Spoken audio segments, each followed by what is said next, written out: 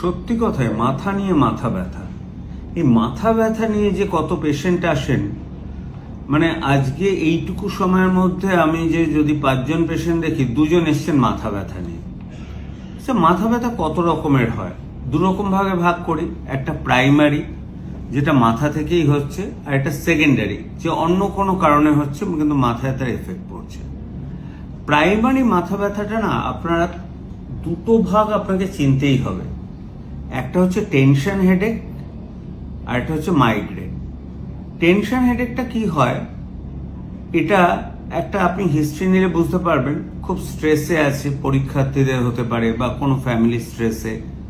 Tension হেডেকে সব সময় মনে হয় পুরো মাথাটা একটা ব্যান্ড দিয়ে চেপে ধরে রেখেছে, কোনো পার্টিকুলার জায়গায় নয় কিন্তু। আর সেটা যখন টেনশন বাড়ে, স্ট্রেস বাড়ে, তখন এটা হয়। এছাড়া খালি পেটে থাকলেও কিন্তু টেনশন হেডেকটা বেড়ে যায়। আর খুব বেশি কফি খেলেও টেনশন হেডেকটা বাড়ে। আরেক ধরনের হেডেক আছে মাইগ্রেন। আপনারা জানেন এটাকে আমরা বলি ভাস্কুলার হেডেক। অর্থাৎ মাইগ্রেন কিন্তু আগে অনেক সময় একটু পড়া দেয়, অর্থাৎ বুঝতে দেয় যে আমার মাইগ্রেন হতে চলেছে। মাইগ্রেন আবার উইথ অরা, উইদাউট অরা হয়। অরা মানে কি, আপনি তার আগে বুঝতে পারেন যে মাইগ্রেন হতে চলেছে, হয়তো একটু গা গোলালো, কিরকম একটা লাগলো, তারপরে হঠাৎ করে আধ কপালি মাথা ধরলো আর্ধেকটা, এবং হলো তো দপ দপ দপ দপ করতে থাকলো। ঘন্টা 6-7 আপনাকে শুইয়ে দিল, সেই দিনটা গেল আপনার। সে সময় আলোর দিকে তাকাতে পারবেন না, কোনো কথা শুনতে পারবেন না, এবং বমি হতে পারে, এবং কমে যায় হয় নিজে নিজে বা ওষুধের মাধ্যমে।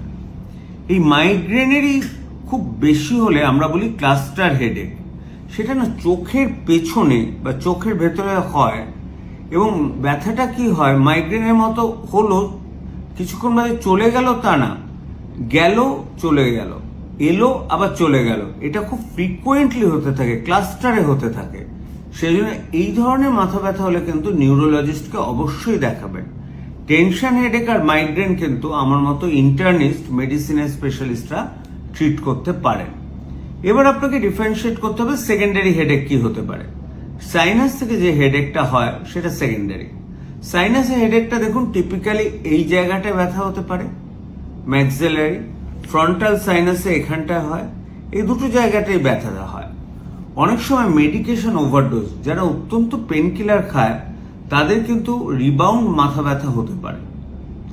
আরেকটা হচ্ছে অদ্ভুত ব্যাপার, যারা প্রচন্ড কফি খায় না, কফি যদি হঠাৎ ছেড়ে দেয়, ক্যাফিন উইথড্রয়াল হেডেক হয়। আর অনেকে বলে প্রেসারে মাথা ধরেছে, সেরকম কিন্তু কিছু নয়। তবে কোনো কোনো সময় মাথার পেছনে যদি ব্যথা হয়, তাহলে একবার প্রেসারটা দেখে রাখবেন। প্রেসারে কোনো পার্টিকুলার হেডেক কিন্তু হয় না। আশা করি এতেই আপনাদের মাথা নিয়ে মাথা ব্যথাটা কমলো। বাকি দিন কাজটা করতে থাকুন।